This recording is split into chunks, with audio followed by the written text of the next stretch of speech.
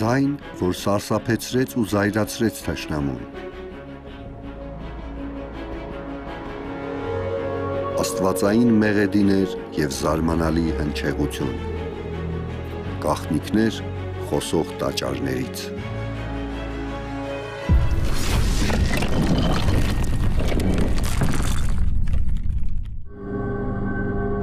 Քարերի երկիր, փորձենք բացահայտել, թե ինչպես են հայերը կարողացել քարից աստվածային հնչյուններ ստանալ։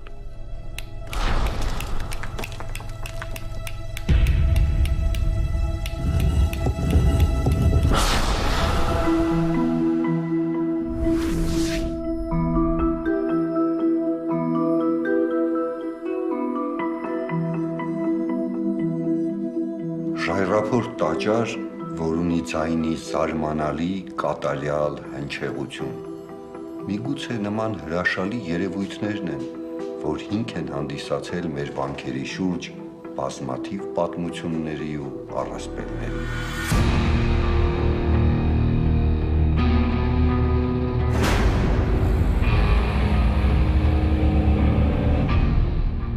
Հենց քարի ժայռի մեջ է կառուցված գեղարդավանքը, որի հնչեղության գաղտնիքը մինչ օրս վերջնական պատասխան չի ստացել։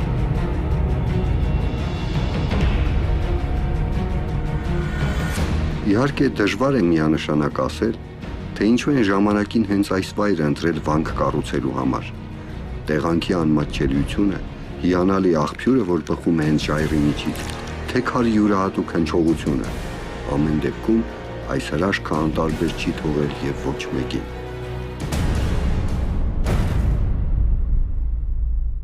Գեղարդավանք այցելողները սովորաբար բարձրանում են վերին գավիթ հիանալու ձայնի արտասովոր հնչեղությամբ։ Մեր ճարտարապետները, քարագործ վարպետները երաժշտությունը, մեղեդին միաձուլել են քարին, պատին, կամարին և հնարավորություն են մեզ ընձեռել դարեր շարունակ զմայլվել աստվածային ձայնի հրաշքով։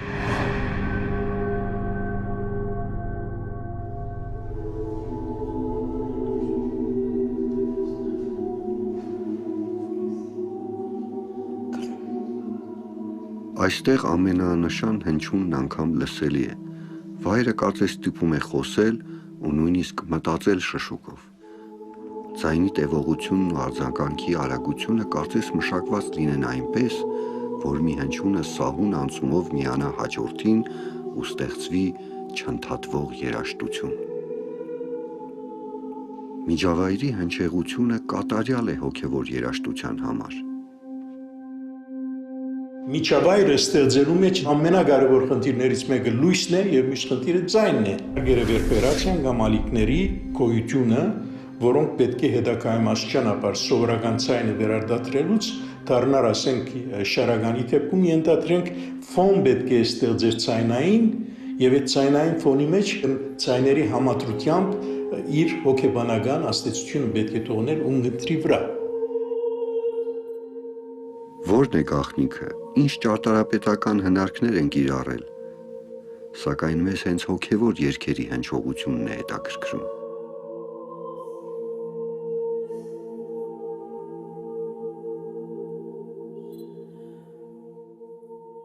Միջավայրը ակուստիկական այդ տարածքը, որի մեջ արձագանքը մեծ տեղ ունի և որոշող տեղ ունի, իհարկե ամբողջ հոգևոր երաժշտության մեջ կարևոր դեր է խաղացել ոչ միայն առանձին մեղեդիների, այլ մասնավորաբար երգչախմբային գործերի մեջ։ Հայերը քրիստոնեության ընդունումից հետո բավականին կարճ ժամանակահատվածում իրենց ինքնուրույն հոգևոր երաժշտության հիմքերը դրեցին։ Եկեղեցում է նախատեսված եղել երգելու համար այդ հոգևոր երգը։ Դա եկեղեցում ծնված երգ է։ Եկեղեցու պատերի ներսում ծնված երգ է։ Մենաստանում ծնված, խուցում ծնված, այսինքն դա շատ նաև անհատականացված երևույթ է։ Շատերն են փաստում, որ ոչ մի այլ տեսակի երգ կամ երաժշտական գործիք չեն հնչում այստեղ այնպես, ինչպես հոգևոր երգերը։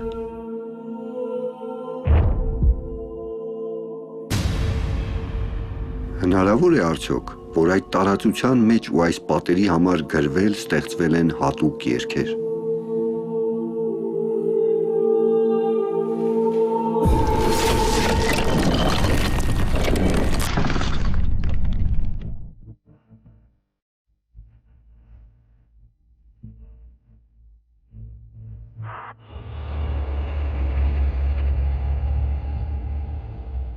Աստվածային ձայնի փնտրտուքները մեզ տարան Սևանա լճի ափեր,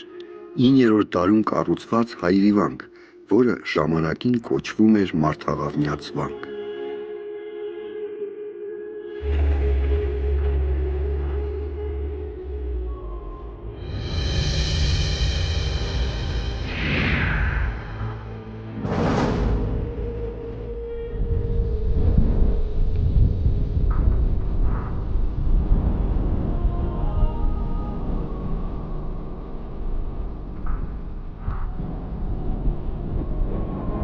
Մեզ այստեղ բերեցին ոչ միայն այս հինավուրց եկեղեցու ներսից բխող խաղաղությունն ու խորհրդավորությունը, այլև զարմանալի հնչողության եւ անհավանական հրաշքի մասին պատմությունները։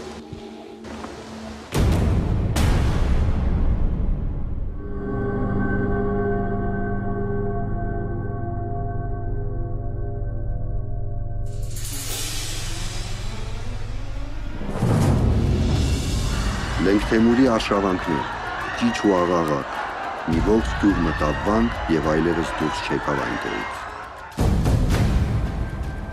Վանահայր Հովհանը Քրիստոսի խաչապայտի մասունքով խաչի զորությամբ բռնակալի գերեվարած հազարավոր հայերի փոխակերպեց աղավնիների ու ազատ արձակեց։ Սակայն սա չէ միայն Մարդաղավնյաց վանքի հրաշքը։ Անհնար կլիներ պատկերացնել, որ Սևանա լճի ալիքների խաղաղ աղմուկին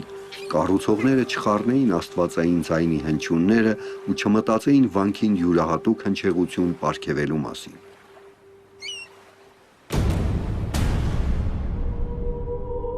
Գավիթը շատ գեղեցիկ ուրեմն հնչողություն ունի, առավել ևս մի փոքրիկ հատվածում շատ գեղեցիկ հնչողություն կա։ Շատ հետաքրքիր մի դրվագի հանդիպեցինք Սրբազանոր հետ, թեմակալ առաջնորդի հետ, երբ որ կամերային նվագախումբն էր, եթե չեմ սխալվում, իրենք երգում էին եւ իրենք էլ են այդ տեղը գտել, որովհետեւ մի քանի անկյուններում երգեցին այդ խմբով եւ այդ հատվածում շատ յուրօրինակ, շատ գեղեցիկ ձայնը այսպես հասնում էր ունկնդրի։ Հոգևոր երգերը աղոթք են դառնում տաճարի ներսում, սովորական շշուկը դառնում է խոսք։ Տարբեր ցանային մագարտակներ են ստեղծում ներսում, որոնք շատ հետաքրքիր են երաժիշտների համար այս դեպքում։ Եվ կարծեմ, որ ամենաբծախնդիր երաժիշտն անգամ տվյալ դեպքում, երբ որ միջնադարյան գործիքներով է վերարտադրում, իր համար հետաքրքիր բիտները, եթե որ նա հոգևոր երաժշտություն է ստեղծում։ Արդյոք հենց հնչեղությունն է դարձել մասնակից հոգևոր երգերի ստեղծմանը։ Զարմանալի է հնչում, բայց կարծես թե տաճարները դարձել են հոգևոր երաժշտության համահեղինակ։ Աստորեն նրա պատասխանը մեր հայկական հոգևոր երաժշտությունն է, որոնց նման գադարելություններ շատ քիչ կան։ Այդպիսի երաժշտությունը ստեղծողը հնարավոր չի, որ նրա միջավայրի խնդիրներում մտահոգված չի լինի։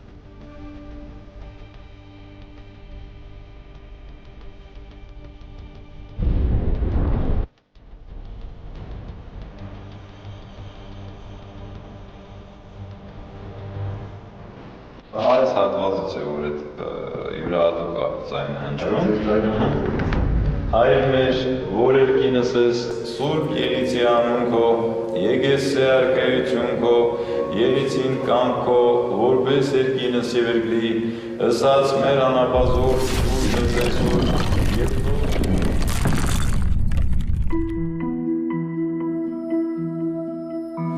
Մեր նախնիները շարականներ երգեցին կատարյալ հնչեղություն ունեցող տաճարներում եւ ստացան ձայն, մեղեդի, որն իզորու էր բուժել մարդկանց։ Դա ճարտարապետության եւ երաժշտության յուրատեսակ միաձուլում էր, որ սթափեցնում էր մաքրագործում։ Ուղևորվենք Արցախ մի զարմանալի պատմության հետքերով։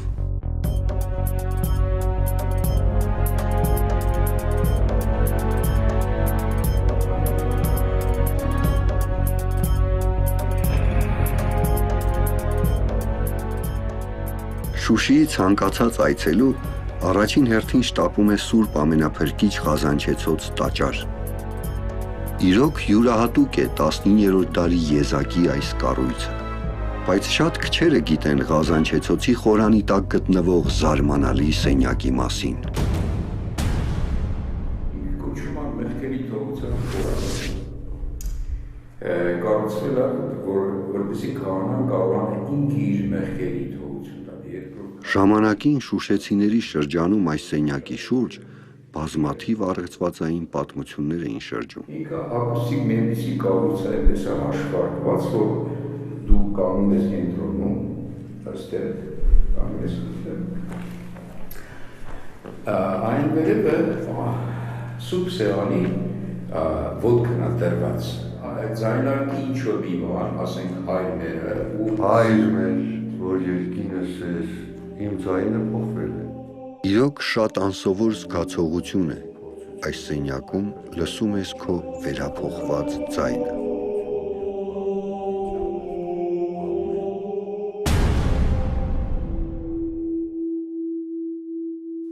Առևտրական բուռն կյանքով ապրող 10-րդ դարի Շուշիի հայ վաճառականներն ու գործարարները ամիսներով պատրաստվում էին այդ յուրահատուկ սենյակ այցելելուն, սենյակ, որտեղ անհնար էր խորամանկել, ստել։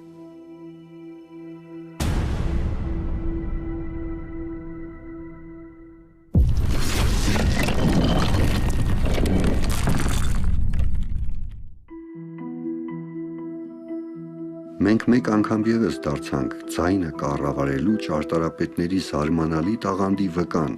որն ամեն անգամ ավելի խորհրդավոր է դարձնում Աստծո հետ յուրաքանչյուր հաղորդակցություն։ Ուղևորվում ենք Հայաստանի հյուսիս, Աղթալայի վանք, հերթական հրաշքի սպասումով։ Այն կառուցվել է 10-րդ դարում։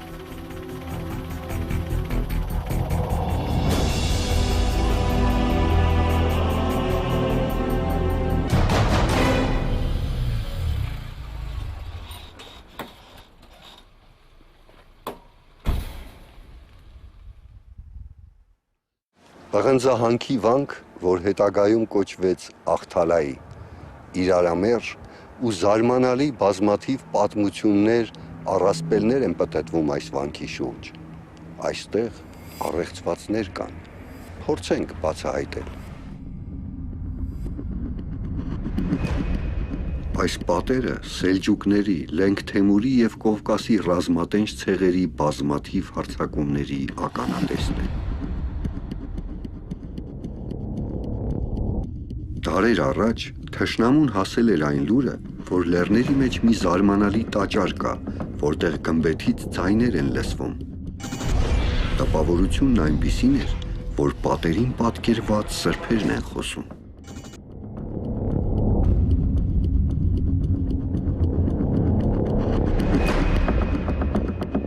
Անցնելով բազմաթիվ փորձությունների միջով, այսօր այս տաճարում կրկին հայկական պատարագ ու շարականներ են հնչում։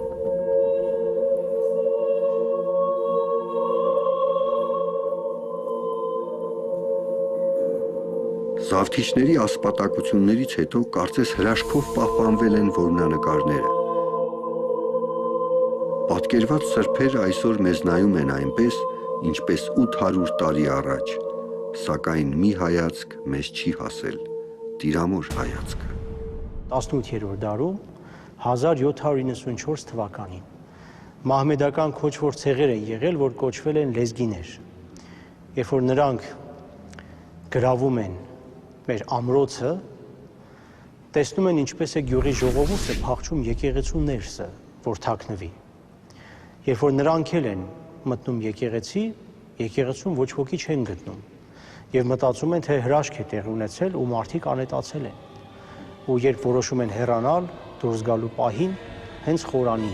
պատի միջից երեխայի լացի ձայն են լսում։ եւ հասկանում են, որ մարդիկ պատի մեջ են թաքնված եւ կռահում են, որ անպայման պետք է ինչ-որ մի գաղտնի մուտք լինի դեպի թաքստոցներ։ Երկար են ման գալիս այդ մուտքը չեն գտնում, դրանից կատաղում են եւ մեծ հրանոթ են ներս բերում եւ հենց եկեղեցու կենտրոնից հրանոթով կրակում են Մարիամ Աստվածածնի դեմքին։ Եվ այդ հրանոթի արկը, մետաղե գունդը, պատը ծակելով դուրս է թռչում։ Երբ որ դուրս գանք եւ մի պտույտ անենք եկեղեցու շուրջը, մյուս կողմից պատի վրա մենք կտեսնենք Հայաստանի ամենամեծ ռելիեֆային քանդակված որմնախաչը։ Այդ խաչի հենց կենտրոնից, ակից, այնպես է ծակել դուրս ելել, որ չի վնասել ոչ խաչը, ոչ էլ պատը։ Դա հրաշք է։ Իհարկե դա հրաշք է, որովհետև իրականում պետք է պատն էլ քանդվեր, եկեղեցին էլ։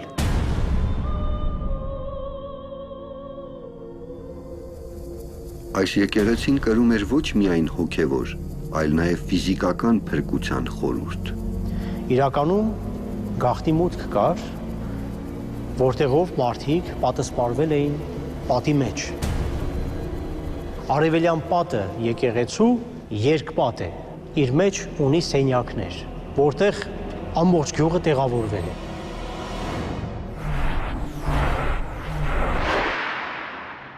Վանահայրը մեզ ցույց տվեց գաղտնուղու դուռը, որը ժամանակին փակվում էր քարով։ Այն բացարձակ մուտքի տպավորություն չէր թողնում։ Գուցե փորձենք բարձրանալ։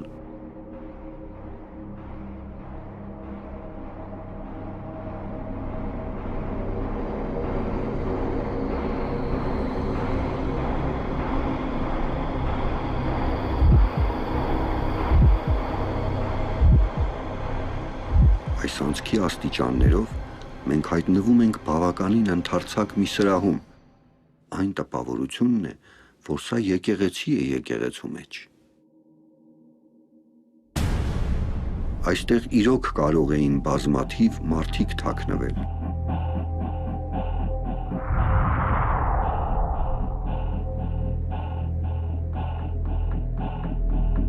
Այստեղից երևում է։ Այստեղից երևում է աստիճանները, տես ինչպես է գնում։ Մուտքից վերև կա ևս մի անցք, որը տանում է մեզ վերև, դեպի խորանի վերին հատված։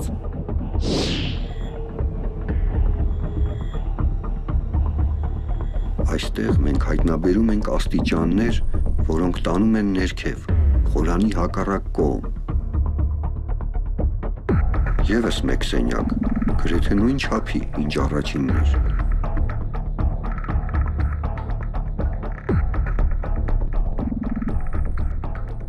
Այս երկու սենյակները միացնում են միմյանց մի հարթակ, որը գտնվում է ուղիղ խորանի ետնամասի մեջտեղում։ Եվ հենց այստեղ խորանի ետնամասում մենք տեսնում ենք անցքեր, որոնք դժվար թե միայն օդանցքներ լինեին։ Օդի ելքի միակ ճանապարհը այս մեծ անցքն է, որ պարզվում է տանում է ոչ թե դուրս, այլ ուղիղ գմբեթի տակ։ Իհարկե, այս մեծ անցքը ծառայում է որպես մուտք դեպի գմբեթ, բայց տարբեր անցքերով խորանի ետնամաս մուտք գործած օդը ևս պետք է անցներ գմբեթի տակ։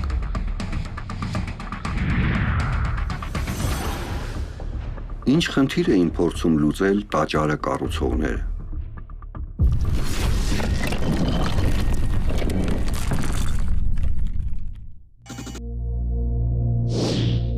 Ախտանան իսկապես մեր այսպես ճարտարապետական ընտանիքում յուրահատուկ երևույթ է, որ մտնում ես լրիվ ֆրեսկոյով պատված է ներսը։ Սա նշանակում է, որ այստեղ ռևերբերացիայի ժամանակ մի քիչ ուրիշ է։ Եթե որ վերցնենք տիպերից, նա քմփետավոր բազիլիկ է, բայց երսուն քմփետավոր բազիլիկ է, որտեղ որ քմփետը շարժում է դեպի խորանի առաջը։ Ինչպես տեսնում եք, բավականին գիտելիք կա այստեղ։ Եվ ձայնը, որ գնում է այդտեղ բավականին բարձր է լուծված, դա պատահական չէ, որ այդտեղ բարձր է լուծված։ Ձայնը մաղվում է եւ բարձրանում է վերևից, հետո վերադառնում է մաղվող լույսի նման իջնում է ներքև եւ այդ միշտ անդրադարձով մագերեսների մեջ նորից այդ անդրադարձն է ձայնի եւ այնտեղ ներսում աստվածային ձայնն է ստեղծում։ Պատմում են, որ այս եկեղեցու գմբեթից միշտ աղոթքի ձայներ են լսվել ինչը զայրացրել ու սարսափի է մատնել թշնամիներին։ Մենք փորձեցինք ամեն կերպ գուշակել առասպելի հիմքերը եւ գտանք մի հաղթնիկ, որը թեև փորձարկված չէ մասնագետների կողմից, բայց շատ մոտ է իրական լինելու։ Պատկերացրեք այն իրավիճակը, երբ զավթիչներն այստեղ էին։ Կռիվն ու մահն անձայն չեն լինում։ Ու այդ անտանելի աղմուկի մեջ հնչած մանկանչիչը պետք է որ շատ անսովոր լիներ թշնամու ականջին, որպեսզի տարբերվեր տիրող աղմուկից։ Սակայն ինչպես է ձայնը ստացել այդ անսովոր հնչողությունը։ Այս առեղծվածի բանալին բացակայող գմբեթի եւ հրանոթի արկի թողած անցքի մեջ է։ Ուշադրություն դարձրեք, որ կրակողը ցանկանում էր հնարավորին չափ վերև կրակել, այնտեղ, որտեղից նա լսել էր ձայնը։ Ուրեմն, նաև խորանի ետնամասում կամ այնտեղի սենյակներից որևէ մեկում արձակված ձայնը սլանում էր վեր, անցնելով գմբեթի հիմքում մեր տեսած անցքով ուղիղ դեպի գմբեթ։ Այնտեղից արդեն վերափոխված իջնում էր ցած, հիասնելով իր անսովոր հնչողությամբ։ Եվ հենց գմբեթը դարձավ թիրախ բազմաթիվ զավթիչների համար, որտեղից լսելի էին ներսում աղոթող մեր հոգևոր հայրերի աղոթքները։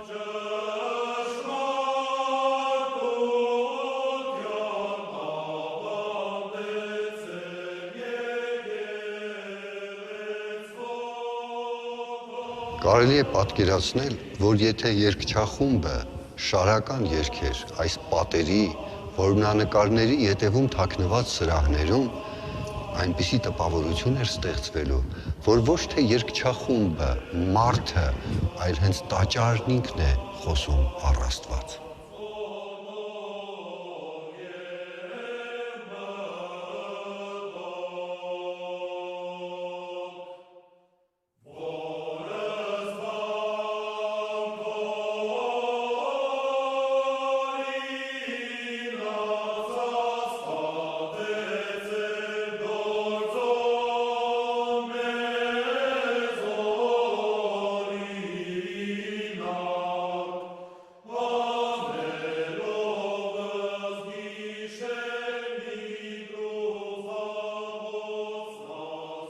Մենք գործ ունենք յուրահատուկ մտածողության հետ, մտածողություն, որ մեր ազգի տեսակի համար փրկության դռներ ստեղծեց հրաշքներին հավասարազոր կոթողներ, որ ավանդությունների, առասպելների համար հիմք հանդիսացան։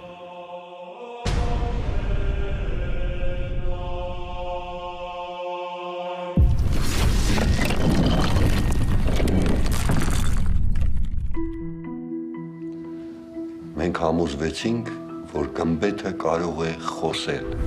Ցավոք, այսօր չենք կարող լսել նրա ձայնը։ Ձայն, որ թշնամուն սարսափեցնում էր, հավատավորին թևեր պարգևում, փրկում։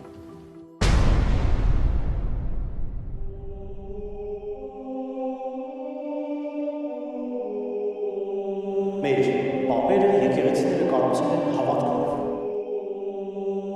Լավագույնը մատուցել են Աստծուն, այդ թվում նաև ագուստիկի եւ Աստծո հետ խոսելու լեզվի մեջ։ Աղոթքով, պահքով եւ ծովով հասված որոշակի լուսավորվածության աստիճան։